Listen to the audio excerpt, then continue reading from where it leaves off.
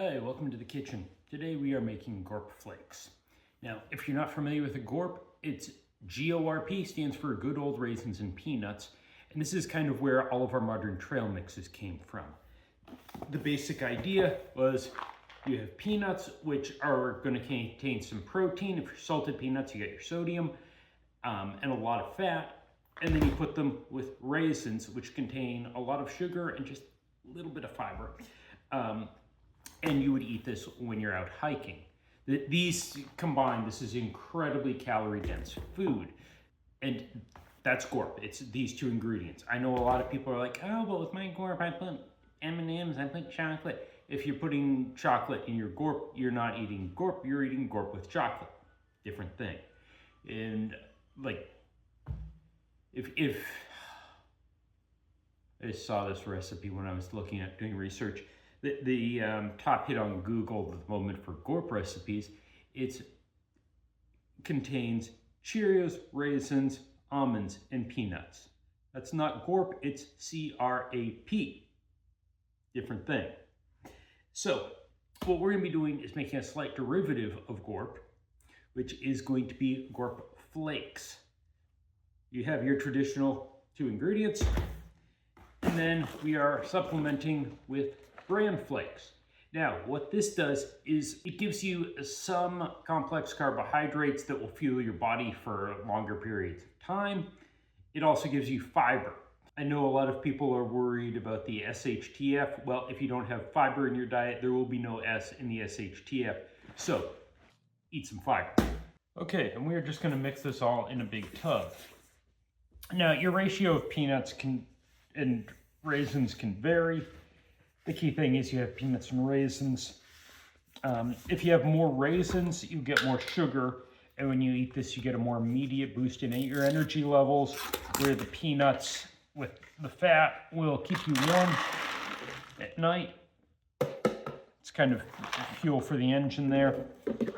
The sodium will help with you sweating and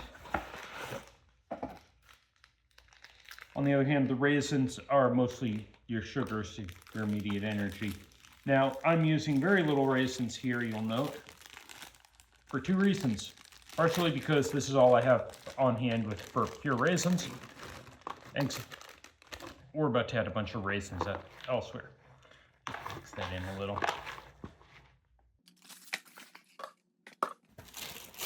Now, our secret ingredient for GORP flakes, where it gets thin, is a raisin bran, which you'll note has a lot of flakes. And now we just need to mix that all together. So I'm getting, you'll notice I didn't put a lot of raisins in. The raisin bran has raisins, so we kind of make up for it there. And we're just going to mix this in. And if you want to be fancy, you can use a fancy tool. Obviously, I'm not. Now, one thing to keep in mind with GORP is this is a very calorie-dense food. This is something you don't want to just eat around the house. This is not a snack for movie night. This isn't something you want to eat while you're playing video games. This is something you want to eat while you're out doing strenuous activity. The original thing GORP's used for is as a trail mix for when you're on a trail. Most backpackers skip lunch. The idea being you eat breakfast in the morning, then you break camp. Once you break camp, you hike all day, eating some trail mix for snacks on your way. And then when you get into wherever you're going, you set up camp and eat dinner, which means GORP is basically your lunch. And we're just gonna shake this thing up. Yes.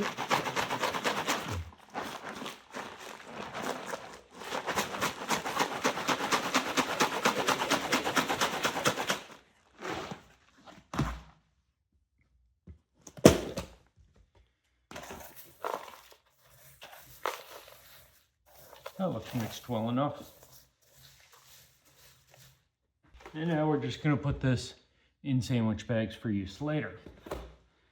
Yeah, half cup measure. So basically we're going to put probably a cup of GORP in each bag. Sorry, not GORP, or Flakes.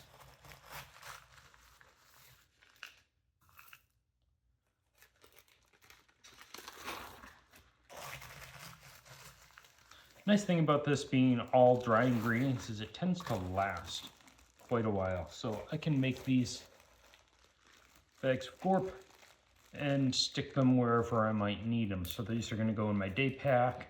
I'm probably going to throw a few in the car just in case you need a snack. Keep in mind that when I say snack, this is basically a meal. And we'll show that in a minute when we get to the nutrition.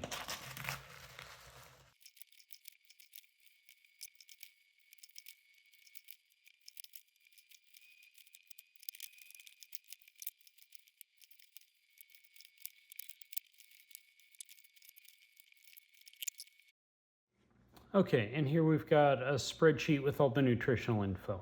And don't mind the fact that I'm not looking at the camera, I'm actually looking at the spreadsheet. I'm not ignoring you. Okay, so at the top, columns B, C, and D have the total nutrients for all of our 3 ingredients. So the peanuts had just under 6,000 calories. The raisins had 1,800, the Raisin Bran had 1,800 calories. The raisins had 280 calories. Let's just go over the totals in column E. So our total of all of our ingredients, we had 8,000 calories, 534 grams of fat, 620 carbs, which consisted of 231 grams of sugars and 179 grams of fiber. That's kind of one of the big deals. And then we've got 327 grams of protein. If you look down at the bottom, we've got daily nutrition requirements, columns D and E. Just fiber, you should be getting 39 grams of fiber per day according to the USDA.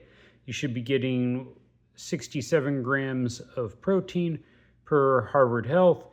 Your sodium, you should be eating less than 1,500 milligrams of sodium per day, per the American Heart Association. There's a lot of different numbers on sodium, but one of the things to keep in mind, this is saying a less than that number. If you have too much sodium in your diet, it will mess with your blood pressure. And I'm not a doctor, but it's bad for you. So keep the salts down.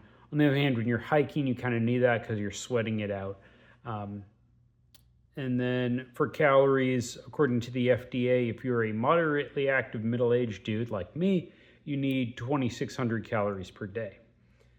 So that GORP Flakes that you saw, we made 16 bags with 1 cup each. We're going to call those 1 serving bags. So each of those bags had 500 calories, which is 19% of your daily calorie needs. It's pretty significant. It has 33 grams of fat, which is not on my daily numbers there on the spreadsheet. When it comes down to fiber, though, you have 11 grams of fiber per baggie, which means that's 29% of your total daily fiber needs per bag. That's pretty good. And then for protein, it's also got 31% of your daily protein needs. Now, if you're out hiking or other strenuous activity, you're probably going to need slightly more protein than this. You're probably going to need slightly more sodium because you're going to be sweating. But these are just kind of general guidelines. And as you can see, this stuff is actually pretty good. But don't eat it as a snack if you're just sitting around watching TV, because as you can see from that calorie numbers, you're going to get fat if you do that. So it's good fuel for when you're out doing active stuff and you just need quick calories, but don't do it if you're just sitting around.